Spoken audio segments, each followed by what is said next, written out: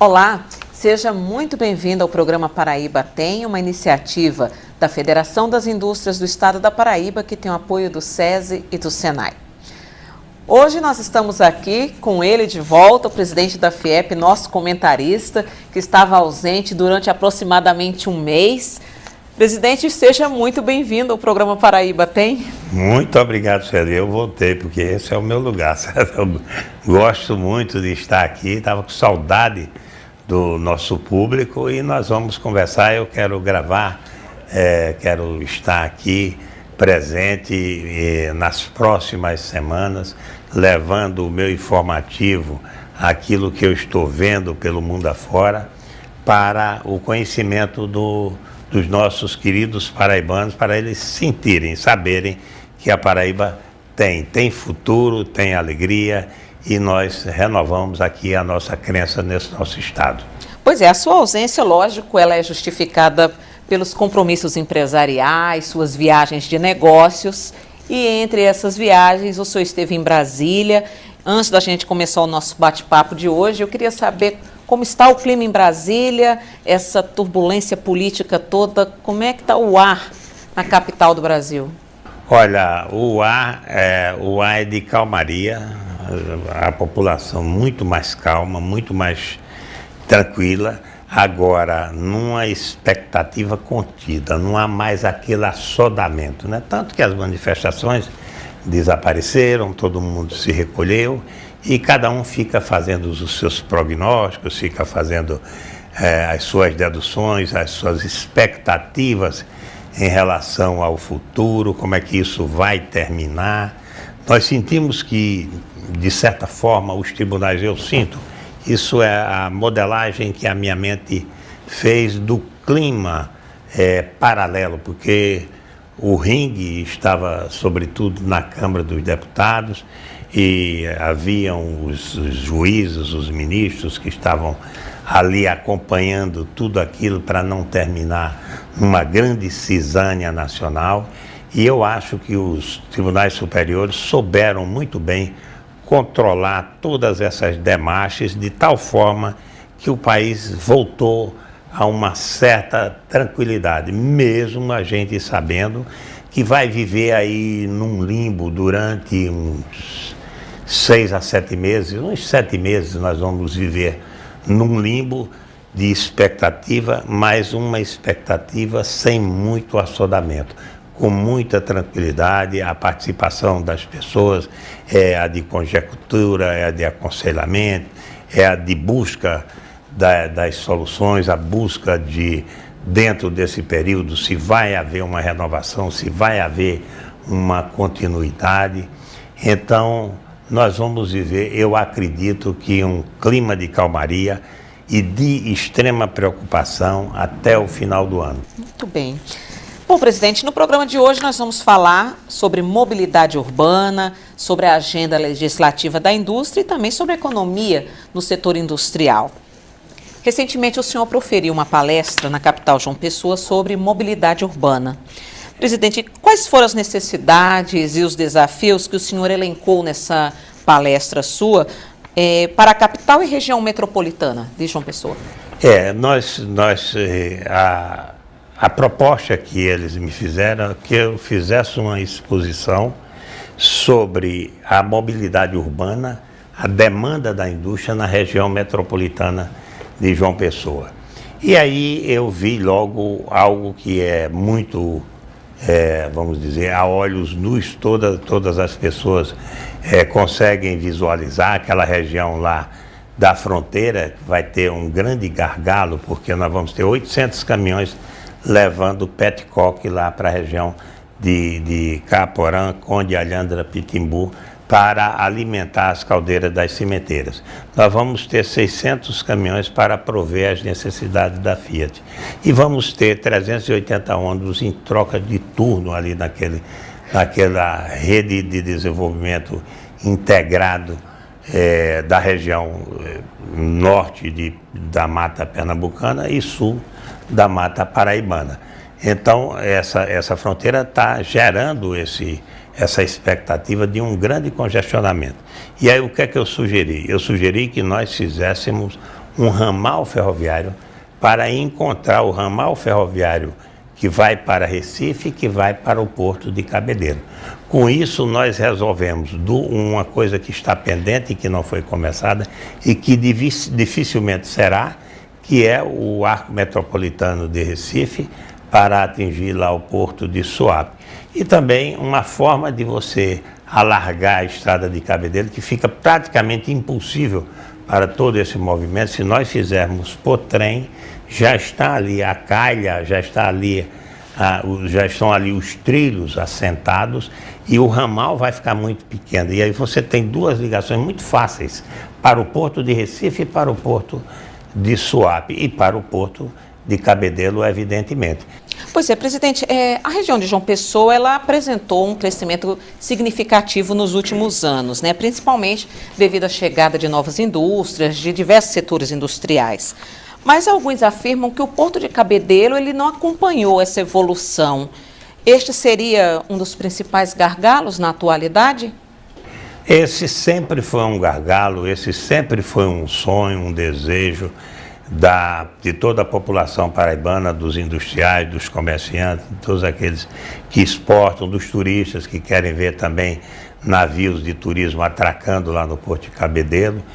Surgiu o surgimento de hotéis que isso poderia formatar.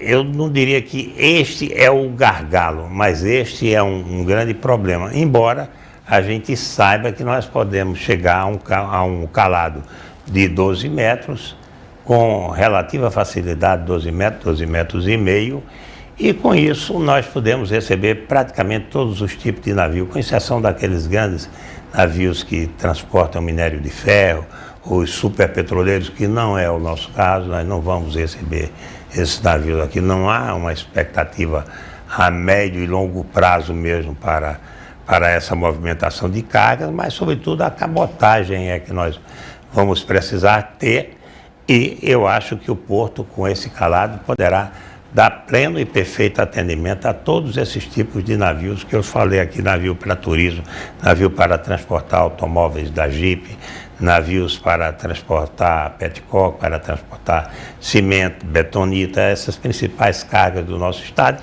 que ainda continuam saindo por caminhões. João Pessoa recebe novas indústrias e também pessoas têm escolhido a capital João Pessoa para morar. Na sua opinião, quais as características mais atrativas que João Pessoa tem para a população, para essas pessoas que procuram a cidade?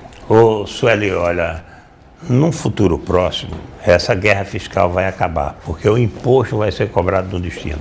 E já está encaminhado, já está com destinação pronta. Então, quando o imposto for no destino, o atrativo que a cidade oferece, a mobilidade urbana, os equipamentos que a cidade apresenta para uma boa estada, para uma boa convivência, para, vamos dizer assim, pavimentar o desenvolvimento, tudo isso vai contar. Mas a mobilidade urbana, ela é fundamental. Aliás, Peter Drucker é um grande austríaco e campeão, vamos dizer assim, de administração, que ainda hoje encanta o mundo inteiro. Ele diz que o grande saldo da Revolução Industrial não foi a produção, mas sim a ferrovia, que aproximou as pessoas.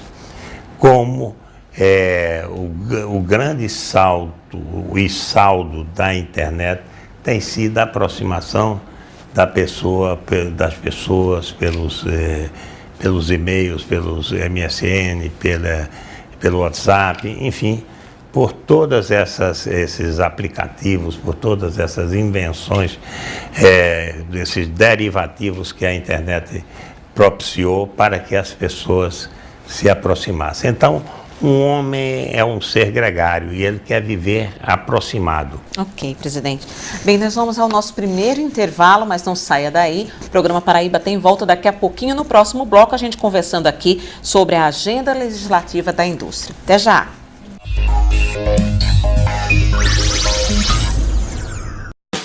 Trabalhador, comemore o seu dia no SESI. 1º de maio, a partir das 9 da manhã, no SESI da sua cidade. A melhor estrutura de lazer para fazer com você a comemoração deste dia especial, com torneio de futebol, parque aquático, show musical e aulão de ginástica para você e sua família. Trabalhador, comemore o seu dia no SESI. Procure a unidade SESI da sua cidade e saiba mais.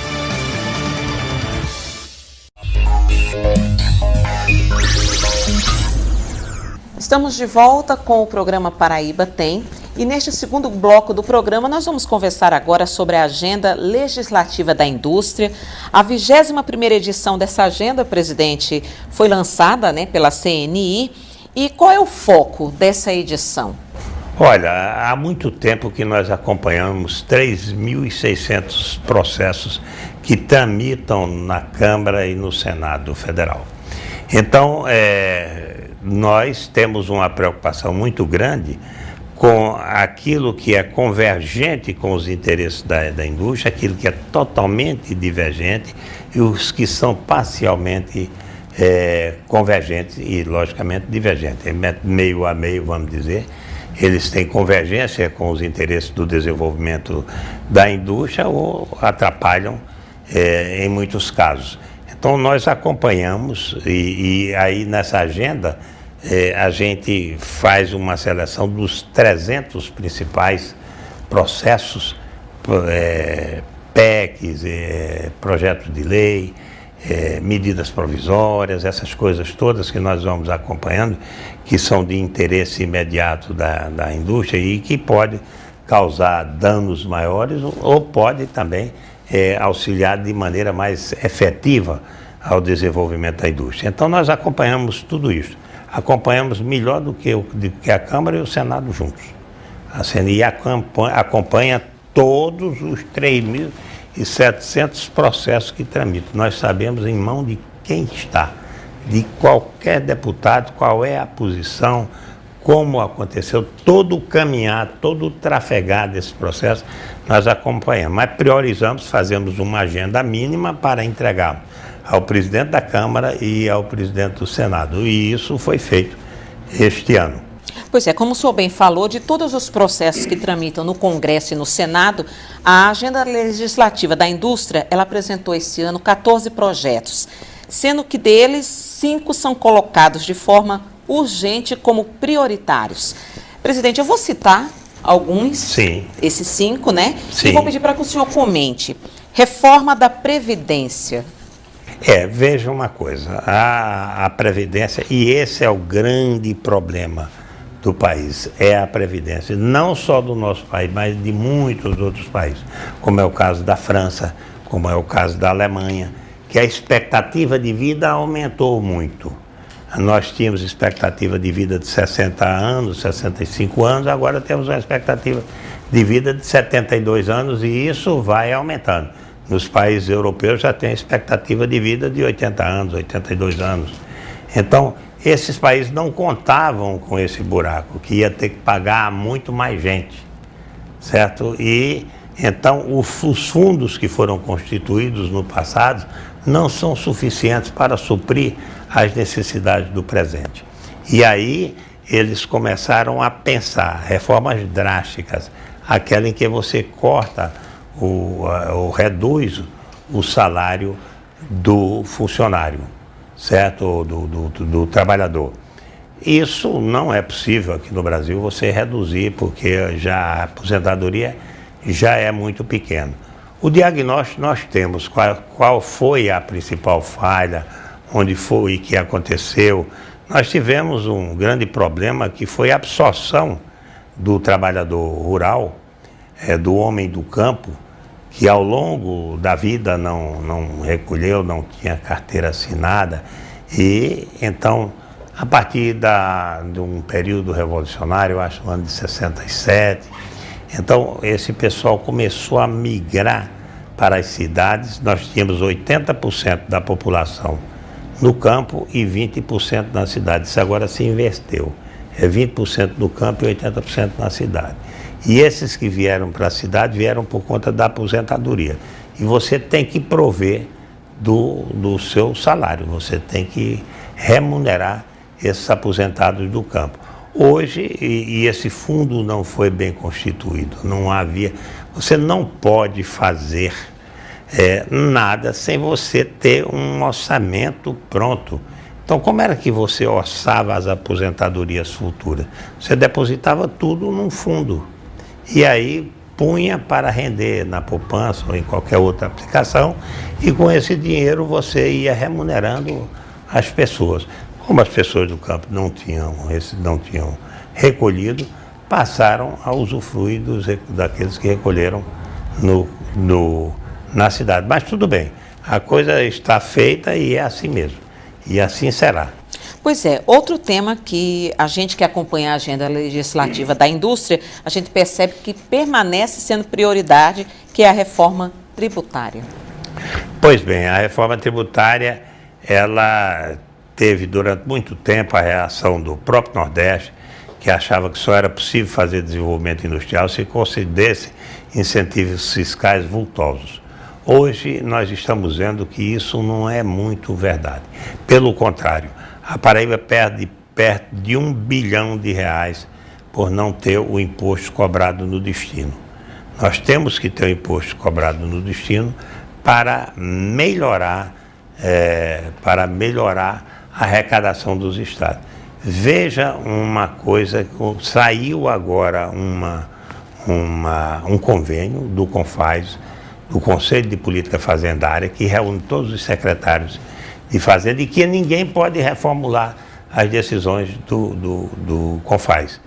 Então, eles estão propondo você tirar 10%, esse convênio propõe, está aprovado, está em funcionamento, está em vigor, 10% dos incentivos fiscais que foram concedidos às empresas e tirar e 10% não só dos incentivos fiscais, mas de todos os benefícios que as empresas gozam nos estados para suprir as necessidades que o estado tem agora, de tal forma que a reforma tributária ela é necessária, a gente cobrando no destino.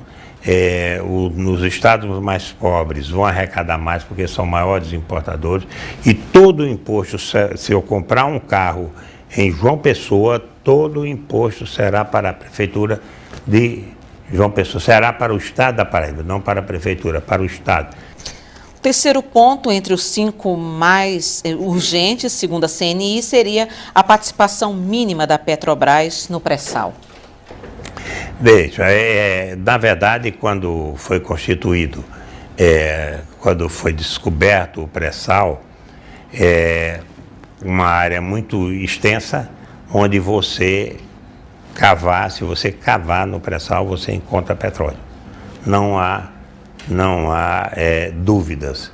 Por isso, era desnecessário fazer uma concessão para a pessoa pesquisar petróleo, porque ele já sabia que tinha. Daí o governo resolveu fazer o seguinte: 50% vai ser do governo e 50% vai ser explorado pela Petrobras. Ela explora, dá 50% do óleo ao governo e fica com 50% pelo seu trabalho, pelos gastos que a empresa teve para retirar o óleo, às vezes até 7.000 metros de profundidade, que a Petrobras é campeã mundial nessa expertise, nessa competência de extração de óleo em águas profundas. O quarto ponto prioritário trata das relações de trabalho, é o reconhecimento pleno das convenções e acordos coletivos de trabalho. Exatamente. Na última terça-feira, o Ives Gandra, ele esteve na CNI, o ministro do Supremo Tribunal, ou do Tribunal Superior do Trabalho, e ele é a favor dessa tese, de o negociado prevalecer sobre o legislado. É tudo que da flexibilização do trabalho, da terceirização.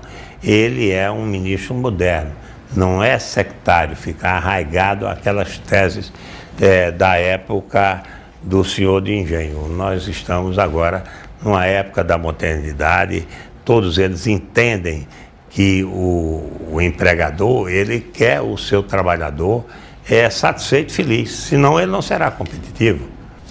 Recriação da CPMF é um tema que está gerando uma polêmica atualmente. Opinião da CNI. É necessária essa recriação? Veja, nós não achamos necessário, certo? Agora, todo ministro, quando vai assumir, quando o ministro era de esquerda, ele queria, o ministro de direita quer também, todos eles vão querer a CPMF. Porque a CPMF, ele é um imposto que não mexe muito com a população pobre. Ele mexe mais por quem emite cheque, certo? E aí fica mais fácil dele se justificar. E principalmente nesse momento aí de muita turbulência, em que se anuncia uma crise apocalíptica do Brasil, que eu não vejo assim. A crise é política, não é apocalíptica, então é só da politicagem, da politiquice que está acontecendo nesse país, é a causa, a mãe, o pai de toda essa crise política, essa política mal ordenada que nós temos neste país. Terminada essa crise política, o Brasil vai caminhar a passos largos para uma grande recuperação. Muito bem, presidente. Nós vamos a mais um intervalo, mas não saia daí. O programa Paraíba Tem volta daqui a pouquinho. Até já!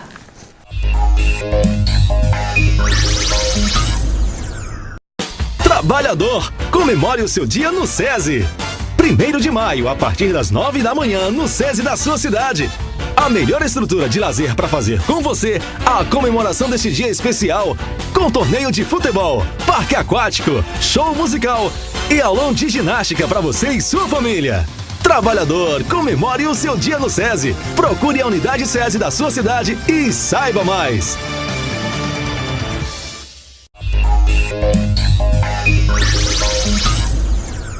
Estamos de volta com o programa Paraíba Tem. Presidente, neste último bloco do programa, vamos aqui saber da sua opinião sobre o futuro. Recentemente aqui no programa Paraíba Tem, nós entrevistamos empresários da indústria, de diferentes setores, e todos se mostraram esperançosos com a reversão da crise. O senhor também acompanha essa linha de pensamento? Está com esperanças de que essa crise vai realmente passar? Eu tenho certeza, Sueli. E eu digo o seguinte, a vida é você construir e reconstruir esperanças, certo? Você não pode viver sem sonhos, você não pode viver sem suas utopias, sem suas crenças, porque aí a vida perde o sentido, certo? Nós viemos aqui para transformar esse mundo, para fazer um mundo melhor. E nós só fazemos se sonharmos com ele melhor e acreditarmos que ele vai melhorar, certo? Porque no momento em que você descrede tudo, em que você não tem mais esperanças, certo?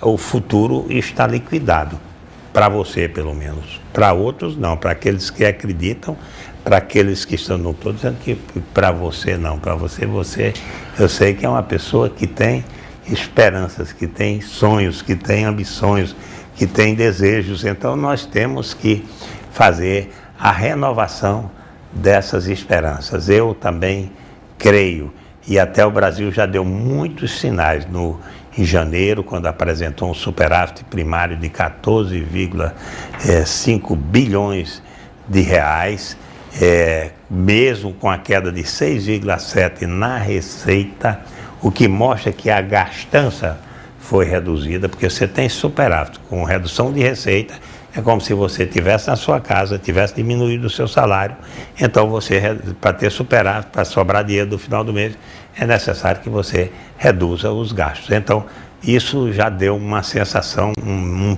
tanto quanto aliviada. E o outro fator bastante interessante é o superávit que nós vamos apresentando sucessivamente, batendo recorde sobre recorde sobre as exportações. Em 2014, em 2015, nós tivemos, aliás, em 2014, nós tivemos um déficit na balança comercial de menos 4,5 bilhões.